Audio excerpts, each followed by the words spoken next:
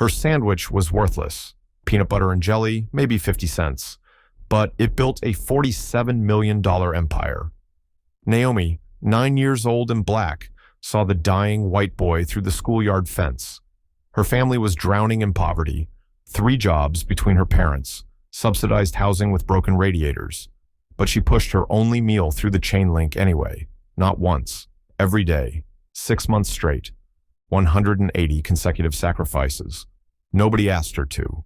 Nobody thanked her. She did it because a child was starving and she had bread. The day foster care took him away, Caleb promised the impossible. I'll get rich and come back for you. I'll marry you. Naomi laughed through tears, tore her favorite red ribbon in half. 1 piece for his wrist, 1 for her heart. 22 years dissolved. Caleb became a CEO, burned 5 years searching, bought 12 buildings, hired investigators who found nothing. Tonight, one community meeting in South Chicago. He'd present development plans. Naomi would be in the audience, advocating for displaced families. She'd challenge them from the audience. Neither knew the other would be there. In 47 minutes, 2 pieces of ribbon would align, and an impossible promise would become an inevitable truth. Before we continue this story, kindly do me a favor. Comment where you're watching from. I want to know where this story is reaching, and hit that subscribe button so you don't miss stories like these. Now let's continue. The alarm shattered silence at 6 a.m. in a penthouse that cost more than most people earned in a lifetime. Caleb Rivers didn't move immediately. He stared at the ceiling, pristine white, more perfectly smooth, expensive as everything else in this tomb he called home. Floor-to-ceiling windows stretched across the eastern wall. Lake Michigan caught the sunrise, water turning molten gold. Beautiful, probably. He wouldn't know. He never looked anymore. The espresso machine hummed to life. $7,000 of Italian engineering. Caleb pressed the button and walked away before the cup filled. 40 tailored suits hung in his closet, each one perfect, each one identical in their perfection. He grabbed one without looking. Navy or charcoal, what did it matter? The apartment was silent, always silent. No photos on the walls, no books on the shelves, nothing that suggested someone actually lived here. It looked like a luxury hotel, felt like a mausoleum. His phone buzzed, his assistant, board meeting at 9. Thompson deal closed. He'd $12 million. Caleb texted back, good, $12 million. He felt nothing. He walked to his home office, unlocked the bottom drawer. Inside, protected by glass, a faded crimson ribbon. Half a ribbon, really. The fabric was deteriorating despite every preservation effort. 22 years old and dying slowly, like hope. Caleb touched the glass gently. His morning ritual, the only moment that felt real. Where is she? He whispered to the empty room. The board meeting was predictable. Congratulations, handshakes, applause for another successful quarter. Caleb smiled, said the right things, played the part flawlessly. Inside, nothing. A hollow man in an expensive suit, performing success for an audience who'd never know the difference. His business partner, Graham Foster, pulled him aside afterward. You okay, man? Well, you seem distant. I'm fine. You've been saying that for 5 years. Graham's eyes narrowed. Ever since you started buying up South Chicago. Caleb said nothing. Why specifically there? Graham pressed. There's no profit for years. The numbers don't make sense unless... He paused. This is about that girl you're looking for, isn't it? Caleb's jaw tightened. Drop it, Graham. Maybe she doesn't want to be found. Maybe she moved on. Maybe... I said drop it. Graham held up his hands. Just don't let this consume you. Too late. It already had. Caleb sat alone in his office that afternoon, staring at a map of Chicago on his computer screen. 12 red pins clustered around Lincoln Elementary. 12 properties, 5 years of searching, hundreds of thousands of dollars spent on investigators who found nothing. On the last report sat in his files. We've exhausted all leads. Naomi Wright is too common a name. Family left no forwarding address after 2008. His phone buzzed. Reminder, community meeting tonight, 7 p.m., South Chicago Community Center. Caleb usually sent representatives to these meetings. Tonight, his fingers typed without thinking. I'll attend personally. He didn't know why, just a feeling, just hope, dying slowly like the ribbon in his drawer, but still refusing to disappear completely. 22 years ago, Caleb Rivers was 10 years old and dying, 2 weeks homeless. His mother had died on a Tuesday. Heart attack, sudden, final. Foster care tried once. The family said he was too difficult.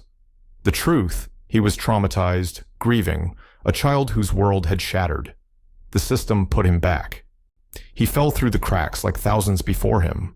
14 days of sleeping in doorways, digging through trash, stealing food when he could. By day 14, he couldn't walk straight anymore. Dizzy from starvation, vision blurring at the edges. He found Lincoln Elementary by accident, sat outside the chain-link fence during lunch recess, watching kids eat, laugh, play. A separate universe he no longer belonged to. A teacher noticed him, walked over, arms crossed. You need to leave. You're scaring the students. Caleb tried to stand. His legs buckled. He collapsed against the fence, metal rattling. The teacher walked away. Then he saw her, a 9-year-old black girl with braided hair, standing on the other side of the fence, watching him. Their eyes met. She didn't look scared. She looked heartbroken, 3 blocks from that fence. Much Naomi Wright lived in subsidized housing with peeling paint and broken radiators. Her grandmother raised her while her parents worked 3 jobs between them, barely making rent. Breakfast was oatmeal, lunch was school provided, dinner was rice and beans. They survived. They didn't live. But her grandmother taught her every single day, "Baby, we may not have much, but we always share what we got." At recess, Naomi's friends called to her. "Come on." But she couldn't move, couldn't stop staring at the boy outside the fence. He was so thin, clothes torn, face hollow. He looked like he was dying. Her friend Amara ran over. "What are you looking at?" "That boy." "Oh, him. He's been there for days. Creepy." "He's not creepy," Naomi said quietly. "He's hungry." "Not our problem. He's just a kid like us." Naomi looked down at her lunchbox. One peanut butter and jelly sandwich, an apple, a juice box, her whole lunch, the only food until dinner 7 hours away. Her grandmother's voice echoed, "We always share what we got." Decision made, Naomi grabbed her lunchbox and walked to the fence.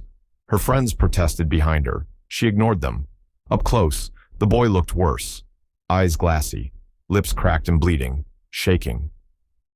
"Hi," Naomi said softly. "I'm Naomi. You look hungry." The boy tried to speak. Nothing came out. Naomi pushed her lunchbox through the fence. "Take it. It's okay." Caleb grabbed the sandwich and devoured it in 4 bites, tears streaming down his face. He ate everything, the apple, the juice, even the crackers at the bottom. When he finished, he looked at her with those hollow eyes now filled with something else. "Thank you." His voice was barely a whisper, broken glass and desperation. "What's your name?" "Caleb." "Are you okay, Caleb?" He shook his head. "No." Naomi's heart shattered. This boy, this stranger, this child, nobody was helping. "I'll bring you lunch tomorrow too," she said. Caleb's eyes widened in disbelief. "You will?" "I promise." The bell rang. Naomi had to go. She looked back 3 times as she walked away. Caleb sat clutching the empty juice box, watching her disappear into the school building. For the first time in 2 weeks, something stirred in his chest. Hope. Day 2 was harder than day 1. The first time was impulse, see a need, respond. The second time was choice. Naomi packed 2 lunches that morning, but her family barely had enough food, so she gave hers to Caleb and went hungry. 7 hours until dinner. Her stomach cramped by 3rd period. Day 3. Her grandmother noticed Naomi packing extra food, said nothing, just silently added more to the lunchbox. By week 2, the entire family knew. Her parents picked up extra shifts, worked longer hours, made more food so Naomi could keep feeding the boy outside the fence. They never asked why. They just helped. A routine established itself. Every day at recess, Naomi walked to the fence. pushed lunch through the chain link. Caleb ate while they talked. She told him about her day, the books she was reading, what she learned in class. He asked questions. Good questions, smart questions. Naomi realized he wasn't just hungry for food. He was hungry for connection, for someone to see him as human. Week 3, the teasing started. "Why you feeding that creepy white boy?" "You being weird." "Watch Naomi." Her friend Amara tried pulling her away every single day. "This is embarrassing." Naomi chose Caleb over peer approval, over belonging, over fitting in. Week 4, Mrs. Patterson caught her mid-handoff. The teacher's face hardened. "Naomi, come here." Naomi's heart sank. "Please don't report this. Please, he'll starve." Mrs. Patterson looked at Caleb, really looked, saw the desperation, the dying light in a child's eyes that should have been bright. She turned back to Naomi. "I didn't see anything." The next day, Naomi found extra snacks in her cubby. Mrs. Patterson never said a word. December arrived with brutal cold, 15 degrees. Caleb sat outside in a thin jacket, no hat, no gloves, lips turning blue. That afternoon, Naomi ran home and grabbed everything: her winter coat, her father's gloves, a scarf, a blanket from her bed. And the next day, she pushed them all through the fence. "No," Caleb said, shaking. "You'll be cold." Naomi lied. "I have another coat." She didn't. She shivered through recess in a thin sweater for 2 months, got sick, bronchitis. Her grandmother was terrified, but Naomi wouldn't tell her why she'd given her coat away. Week 5 of winter, Caleb collapsed. Severe fever, coughing so hard he couldn't stand. Naomi ran home, tears streaming. "Grandma, please, he's dying." Her grandmother came that evening with medicine, soup, tea. The medicine was expensive, needed for Naomi's grandfather's heart condition. The family chose a dying stranger child over their own elder. For 2 weeks, Naomi's grandmother nursed Caleb back to health through the fence, brought warm food, checked his temperature, made sure he took medicine. Month 6 arrived. Yes, 180 days straight, never missed once, not even when Naomi was sick herself. Caleb had changed, gained weight, color returning to his face, eyes alive again, bright with something that looked like hope. Then Mrs. Patterson pulled Naomi aside after class. Her expression was gentle but sad. "Foster care found him a placement," she said quietly. "Tomorrow is his last day." Naomi's world tilted. Tomorrow, one more day. After 6 months of choosing him every single day, after her family sacrificing everything, after building something that felt permanent. Tomorrow, he'd be gone. She nodded, unable to speak. That night, Naomi's family packed everything they could. Sandwiches, cookies, fruit, crackers. Enough for days. If this was the last time, they'd make sure he had enough.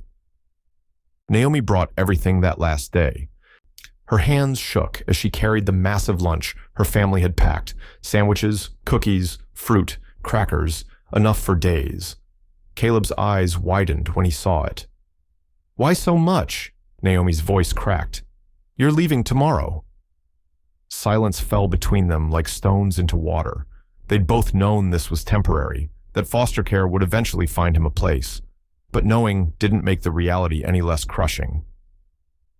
"I don't want to go," Caleb whispered. "I don't want you to go either." For the first time in 6 months, they ate together.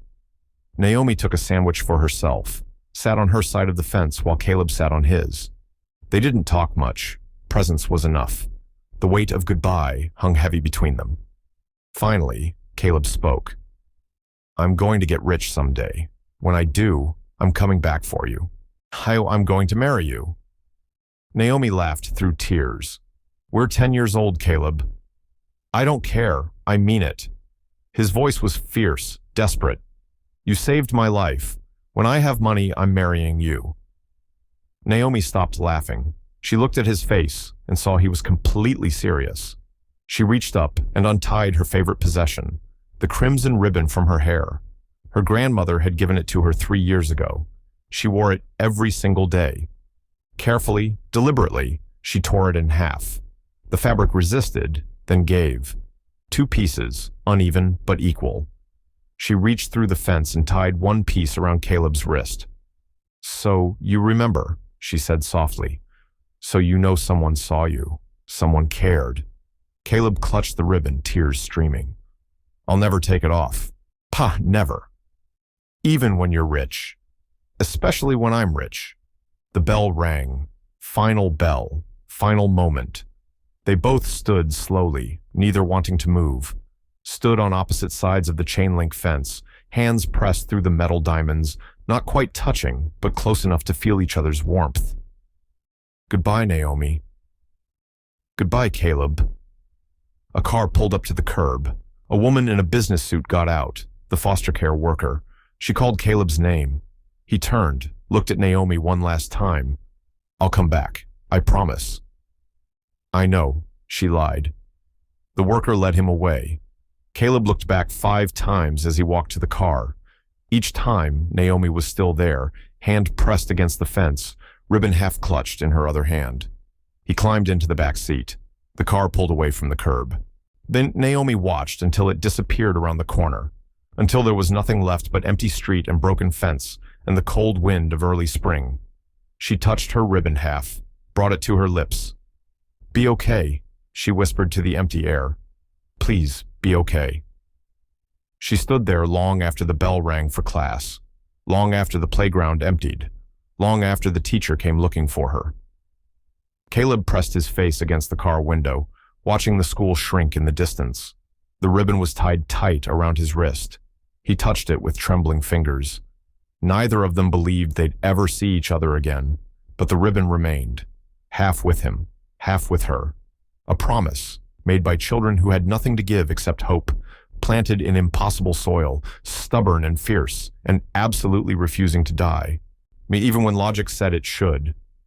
Caleb arrived at the South Chicago Community Center at 6:55 p.m., 5 minutes early. The building was old, chipped paint, flickering fluorescent lights, but clean. Loved. Inside, 50 folding chairs filled the room. Families, elders, young activists settling into seats.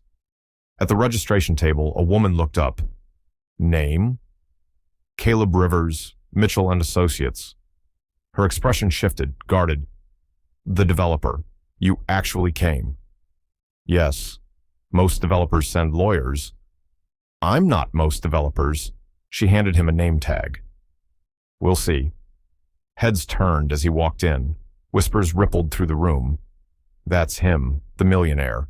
Probably here to bulldoze everything." Caleb found a seat in the back. His expensive suit screamed outsider. Dorothy Carter, a woman in her 60s, stood at the front. "Welcome. Tonight we discuss the proposed development. Mitchell and Associates wants to build housing, renovate our center. We've heard promises before." Murmurs of agreement. Distrust hung thick in the air. "Mr. Rivers will present, then we ask real questions." Dorothy looked directly at him. "Mr. Rivers." Caleb stood, walked to the front. 50 pairs of eyes tracked every step. He opened his presentation, architectural renderings, beautiful buildings, green spaces. "Good evening. I'm Caleb Rivers. I grew up not far from here. I know what broken promises look like." That got attention, unexpected honesty. "I'm proposing affordable housing, not luxury condos. 60% of units reserved for current residents at current rent rates." Surprised murmurs. "The community center will be fully renovated. New heating, new roof, expanded services. All funded by my company. Job training program, local hiring, investment in people." He paused. "I know you don't trust me yet, but I'm not here to gentrify. I'm here to give back." Hands shot up. Dorothy pointed. "Yes, Deshawn." A young man in his 20s stood. "Mr. Rivers, what's affordable to a millionaire versus someone making minimum wage?" "Units will be priced based on area median income. We're working with the housing authority." More hands. An elderly woman. "What about current businesses?" "Lease protections and relocation assistance." Another voice from the middle rows. "How do we know you'll keep these promises? Developers always gentrify us out." Caleb turned toward the voice and froze. A black woman, early 30s, professional attire, natural hair, standing with a notepad. Her voice. Something about her voice made his heart stop. I grew up in this neighborhood, she continued. I've seen promises broken, so how do we know you're different? Their eyes met across the room. I'm a social worker at this center. I see homeless youth, foster kids. Your buildings mean nothing if our most vulnerable are displaced. Caleb stared, couldn't breathe. 22 years, but the eyes, the way she spoke. He found his voice. You're right to be skeptical. May I ask your name? Naomi Wright. The room tilted. Caleb gripped the table to stay upright. Naomi Wright. After 5 years of searching, she was here, but she didn't recognize him. He'd changed, filled out, confident, rich. Not the skeletal, dying boy she'd fed. Dorothy's voice cut through. Mr. Rivers, you okay? Caleb blinked. Yes, Naomi Wright. You said? Naomi looked confused. Yes. Why? His hands trembled. Did you go to Lincoln Elementary about 22 years ago? Her expression shifted. Yes. How did you know? Do you remember? His voice cracked. Feeding a boy through the fence? A white boy, 10 years old, every day for 6 months? Naomi went completely still. Her notepad slipped from her hands, hit the floor. The room vanished. Only 2 people existed. Her whisper broke the world. Caleb? Caleb nodded, tears streaming. It's me. Naomi's hand went to her chest, to a locket. Caleb Rivers? I came back. I told you I would. Her eyes filled, overflowed. You're alive. You're alive. The room erupted. People talking, confused, shocked. Dorothy stood. Let's take a 15-minute break. People filed out, whispering, staring. Caleb and Naomi didn't move. They all locked in eye contact. Finally alone, they walked toward each other, met in the middle of the room. Caleb, Naomi's voice shattered. I looked for you. After you left, I looked everywhere. I looked for you too. 5 years. I never stopped. You're really here. I kept my promise. Naomi reached for her locket with shaking hands, opened it. Inside, a ribbon half, faded but intact. Caleb pulled his keychain from his pocket. The other half. They held them side by side. A perfect match after 22 years. Both started crying, collapsed into an embrace. 22 years of separation dissolving in a single moment. They found privacy in Naomi's small office, away from the crowd. Door closed. Both sitting across from each other, can't stop staring, can't stop crying. I can't believe it's you, Naomi whispered. I can't believe you're alive. I almost wasn't. If it wasn't for you, I just gave you lunch. No. Caleb leaned forward. You gave me everything. Silence hung between them, 22 years of silence. Do you remember all of it? Caleb asked. Naomi's whisper was barely audible. Every day, every single day for 22 years. Tell me what you remember. Naomi closed her eyes. The first day, you looked so small, so scared. You'd been there 3 days already, just sitting outside that fence. My friend said you were creepy, dangerous, but I saw your eyes. You weren't dangerous. You were dying. She opened her eyes. I had a peanut butter and jelly sandwich, an apple, a juice box. All I had until dinner, but you needed it more. I ate it in 4 bites. I know, I watched. And I saw you cry because someone had finally seen you. Caleb's throat tightened. You came back the next day. I promised I would. Naomi stood, walked to the window. The second day was harder because I knew what I was doing. First day was impulse. Second day was choice. I had to pack 2 lunches, one for you, one for me, but we barely had enough food, so I gave you mine. Caleb hadn't known. Naomi? Day 3, my grandmother noticed, watched me pack extra. Didn't say anything, just put more in my lunchbox. She turned back. By week 2, my whole family knew. They worked extra hours, made more food, so I could keep feeding you. Your family was poor too. We were. But you were poorer. and you were alone. Do you remember the conversations? Naomi smiled through tears. Every word. You'd ask questions. Good questions. I knew you were special. I didn't feel special. I know. That's why I kept reminding you. She sat back down. Week 3, other kids started teasing me. Caleb remembered. Your friend Amara tried to pull you away. Every day, said I was being weird, but you mattered more than their opinions. Mrs. Patterson caught you, 4th week. Naomi nodded. I begged her, told her you'd starve. She looked at you, really looked, then said she didn't see anything. Started bringing extra snacks, leaving them in my cubby. Caleb's chest ached. People were kinder than I thought. Then winter came. Caleb closed his eyes. Winter, the worst part. December, temperature dropped to 15 degrees. You were outside in a thin jacket, no hat, no gloves. Your lips were blue. Naomi's voice broke.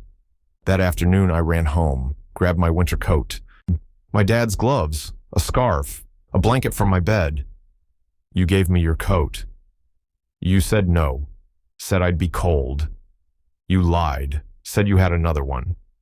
I didn't. I shivered through recess in a sweater for 2 months, got sick. My grandmother was terrified. Caleb's eyes opened. Naomi, I didn't know. You weren't supposed to know.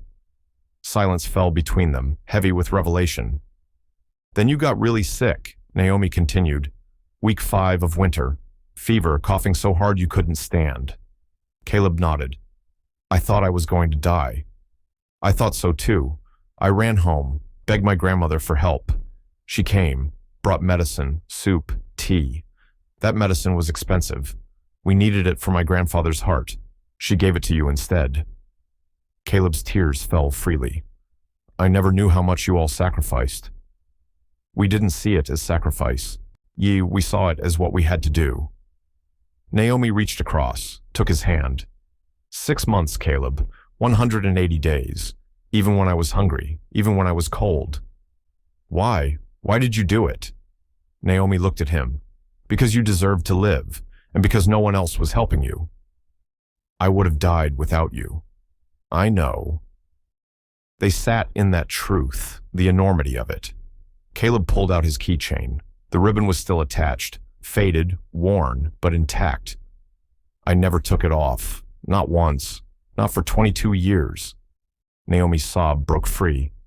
You kept it. I kept everything, every memory, every word, every moment. So did I. They stood, embraced properly, held each other like they'd wanted to for 22 years. Thank you, Caleb whispered. Thank you for saving me. Thank you for surviving. And thank you for coming back. A knock on the door, Dorothy's voice. Folks, people are waiting, Naomi called back. 5 more minutes. She turned to Caleb. What do we do now? I don't know, but I'm not losing you again. I'm not going anywhere. Good, because we have 22 years to catch up on. Naomi smiled through her tears. And a community meeting to finish. Can we talk later? Dinner? Yes, but Caleb, this project, is it really about helping people or finding me? Caleb was quiet, then honest. Both. I wanted to help because of what you taught me, but I also hoped if I was here enough, I'd find you. You built all this looking for me? I built all this becoming the person you believed I could be. Naomi's eyes filled. You did it. Because of you. They returned to the meeting room, hand in hand. 50 faces turned. Everyone had heard something. Whispers filled the air. Dorothy stood. Shall we continue? Caleb nodded, but didn't let go of Naomi's hand. He addressed the room. What you just saw is why this project exists. 22 years ago, I was homeless, starving. Naomi saved my life every day for 6 months. Everything I built, I did thinking about her. This development isn't about profit. It's about creating the kind of community that saves kids like I was. Applause started slow, then grew. The meeting continued another hour. By the end, the community voted unanimously to approve the project. As people filed out, many stopped to shake Caleb's hand, to hug Naomi. Finally, the room emptied. Just the two of them remained. That was intense, Naomi said. I didn't mean to make a scene. I'm glad you did. Oh, but now we need to talk. They sat facing each other. Caleb spoke first. I want to help you. Please let me. Student loans, rent, whatever you need. Naomi held up her hand. Stop. But I have so much and I don't want your money, Caleb. But I didn't feed you so you'd owe me. I did it because it was right. Caleb looked down. I just want to give back. Then give back to the community, to kids like you were, but don't try to pay me off. Naomi leaned closer. I need to know something. Did that boy I fed grow into a good man? Caleb met her eyes. I tried. Show me. He pulled out his phone, showed her photos, affordable housing projects, scholarship programs for foster youth, job training initiatives. I employ people others won't hire, anyone who needs a chance. Naomi scrolled through the images, tears forming. You remembered everything I said. How could I forget? You saved my soul. She looked up. This is what I need to know, not your bank account, that you became someone who cares. Does that make you proud? So proud I could burst. Silence settled between them, comfortable this time. Caleb said quietly, I told you I'd marry you when I was rich. Naomi laughed. We were children. I know, but I meant it, and I still mean it. She stopped laughing. Caleb, I'm not asking you to marry me right now. That's insane. We just reconnected. But let me take you to dinner. Let me get to know the woman you became. Naomi hesitated. I don't know if this is a good idea. Why not? Because you're a millionaire and I'm a social worker who can barely pay rent. We're from different worlds now. Caleb took both her hands. Well, you have what I've been searching for. You. That's everything. Naomi's eyes filled. This is crazy. I've waited 22 years. Can you give me a chance? She studied his face, saw the boy she remembered. One dinner, as friends, no promises. Caleb grinned. As friends? I can do that. And whatever happens between us, this project continues. You help this community regardless. Deal. Though for the record, I'm already in love with you. Naomi's breath caught. Caleb, I've loved you since I was 10 years old. Naomi stood. I should go. It's late. Caleb stood, too. Can I drive you home? I can take the bus. Please. Naomi nodded. Okay, just a ride. They drove in comfortable silence, Naomi directing him through familiar streets. He pulled up to a modest apartment building. This is it. Home sweet home. She opened the door, then turned back. Thank you, Caleb, for coming back, for remembering. Thank you for giving me a reason to. Naomi smiled. Good night. Good night. She walked inside, turned, waved. Caleb watched until she was safely inside, then looked at the ribbon on his keychain. I found her, he whispered. Now I just have to win her heart. Over the next 2 weeks, Caleb and Naomi met 4 times, officially for business, unofficially because they couldn't stay away from each other. Every meeting ran long. 1 hour became 3. Business dissolved into stories, laughter, the comfortable rhythm of 2 people remembering how to be together. Caleb brought coffee every time, caramel macchiato, extra shot, light foam. She'd mentioned it once. He remembered everything. He also brought sandwiches. Different kinds each day. Italian sub, turkey club, grilled cheese. Naomi laughed. You really like sandwiches? Caleb's voice went soft.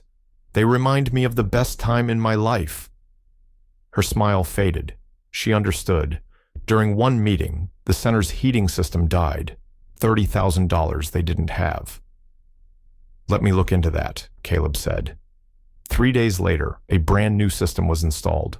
Naomi confronted him. How much did you pay? Found a contractor who owed me a favor.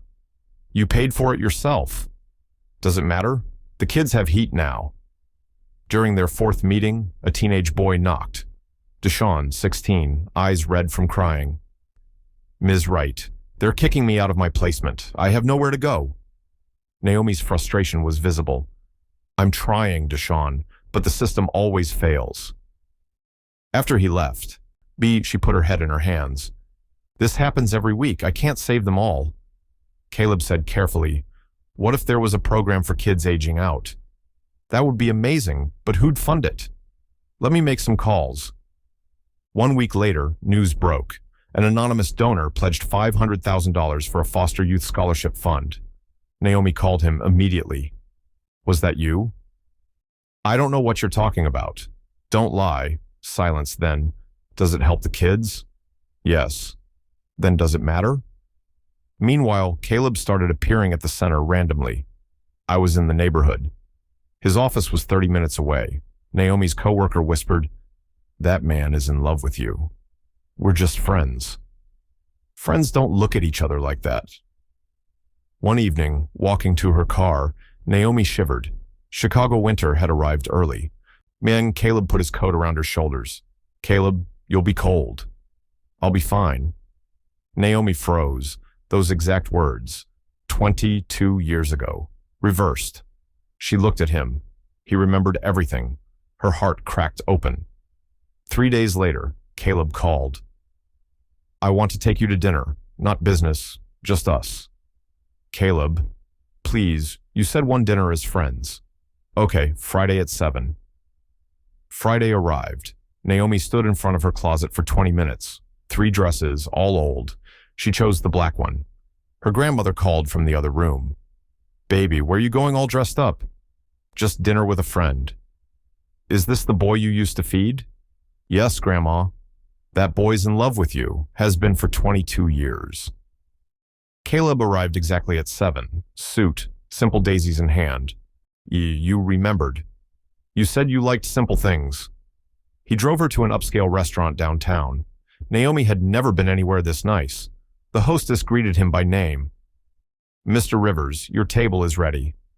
Private corner, candles, white tablecloth, city view. Caleb, this is too much. Please, let me give you one nice evening. The food was incredible. Conversation flowed naturally. Books, movies, dreams, fears. After dinner, Caleb said, Can I show you something? What? A surprise. Trust me. He drove to Millennium Park. Late evening, nearly empty, winter lights sparkling. He led her to a specific bench. I need to tell you something. They sat.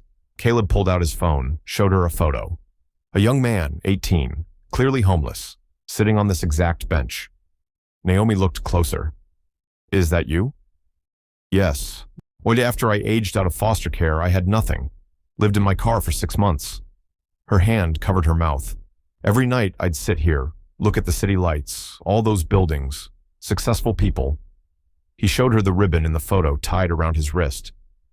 Every night I'd touch this and say, Naomi believed in me. I have to make something of myself, find her, keep my promise. He swiped to another image, a map of Chicago, 12 red pins. These are properties I own, all within 2 miles of Lincoln Elementary. All of them. Everyone, because I knew if you were still in Chicago, you'd be in that neighborhood helping people. That's who you are. He pulled out architectural plans. Look at the dedication plaque. Naomi read through tears. The Naomi Wright Center for Youth Services, in honor of the girl who taught me kindness, can change a life. You didn't just feed me, Naomi. You saw me. His voice broke. Do you know what that does to a child who believes he's worthless? I don't know if I'm in love with you yet, she said honestly, but I want to find out. Yeah? Yeah. They kissed. Tender. 22 years in the making. 21, 24. 1 year later, they married at Lincoln Elementary. The fence where Naomi first fed Caleb had been preserved.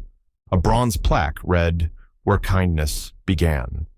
Crimson ribbons decorated everything, wrapped around chairs, woven through the chain link, tied to tree branches. 100 guests filled the schoolyard. Naomi walked down the aisle on her grandmother's arm. Both were crying. Caleb stood at the altar, tears streaming down his face, unable to believe this moment was real. The vows were simple. Naomi, when I was 10 and starving, you fed me. When I was lost, you saw me. You gave me a reason to live. I promised to show up for you every day, to love you completely, forever. Caleb, you took a sandwich and turned it into a movement. You took a ribbon and turned it into a legacy. I promised to be your partner, to remind you every day that you were always worthy, even before you were rich. They kissed as husband and wife. The reception was held at the Naomi Wright Center. Program participants performed. Deshawn, now 20, gave a toast. To the couple who taught us that family is who chooses to love you. After the celebration, as the sun set, Caleb and Naomi walked back to the fence. They tied new crimson ribbons to the metal. For the next kid who needs hope, Caleb said. Suddenly, a small voice behind them. Excuse me. They turned. A young girl stood there, 8 years old, black, shy, clutching a worn backpack. I'm Sarah. I'm hungry. Caleb and Naomi looked at each other, hearts breaking and soaring simultaneously. Naomi knelt down. Come with us. Let's get you some food. They brought Sarah inside the center, sat her at a table, brought her a proper meal. She ate slowly, savoring every bite. When she finished, she looked up. Why are you helping me? Naomi touched her locket, still containing her ribbon half after all these years. Because someone once helped him. She pointed to Caleb. Caleb pulled out a fresh crimson ribbon from his pocket. He knelt down, tied it gently around Sarah's wrist. Keep this. Remember, someone believes in you. You're going to be okay, I promise. Sarah held the ribbon, tears in her eyes. Thank you. A social worker arrived, part of their program, to take Sarah to a safe placement. As the girl left, she looked back, waved, clutching the ribbon tight. Naomi leaned into Caleb. The cycle continues. Forever, he agreed. They looked at the building, lights glowing, kids inside laughing, healing, building futures they never thought they'd have. The Crimson Promise Initiative had served 847 people in 2 years. The model had been replicated in 34 cities. Every single participant received a ribbon. Caleb and Naomi walked inside, hand in hand. Behind them, hundreds of crimson ribbons fluttered on the fence, each one representing a life touched, a promise kept, kindness continuing. Beyond, the ribbons caught the wind, dancing in the fading light. Red against chain link, hope against despair. One sandwich had started this, one choice, to see a dying boy as human. Now, 847 futures had been changed, and the number kept growing. Because Naomi Wright had taught Caleb Rivers that kindness isn't a transaction, it's an investment in a future you'll never see. But that future is real. It's real in Deshawn's welding certification, in Amara's college acceptance letter, in Quincy's first smile in months, in Sarah's ribbon tied around her wrist, reminding her that someone believes she matters. It's real in the 34 cities now running their own programs, in the legislation that passed, in the $2 million raised, in the documentary that changed the national conversation. It started with one girl, was one sandwich, one impossible choice to care when caring made no sense. Caleb and Naomi stood in the center they'd built together, watching kids find hope. We did it, Naomi whispered. You did it, Caleb corrected. 22 years ago, I just finally caught up. She squeezed his hand. We did it together. Outside, the ribbons kept dancing. Inside, children kept healing. And somewhere in Chicago, another hungry child sat alone, waiting for someone to see them. The promise continued. It always would. If this story moved you, don't let it end here. Right now, there's a child like Caleb waiting. A person struggling, invisible, believing no one cares. Your sandwich moment is today. It doesn't take wealth. It takes choice. One meal, one conversation, one moment of seeing someone everyone else ignores. Share this story with someone. Leave your comments and subscribe for more stories like this.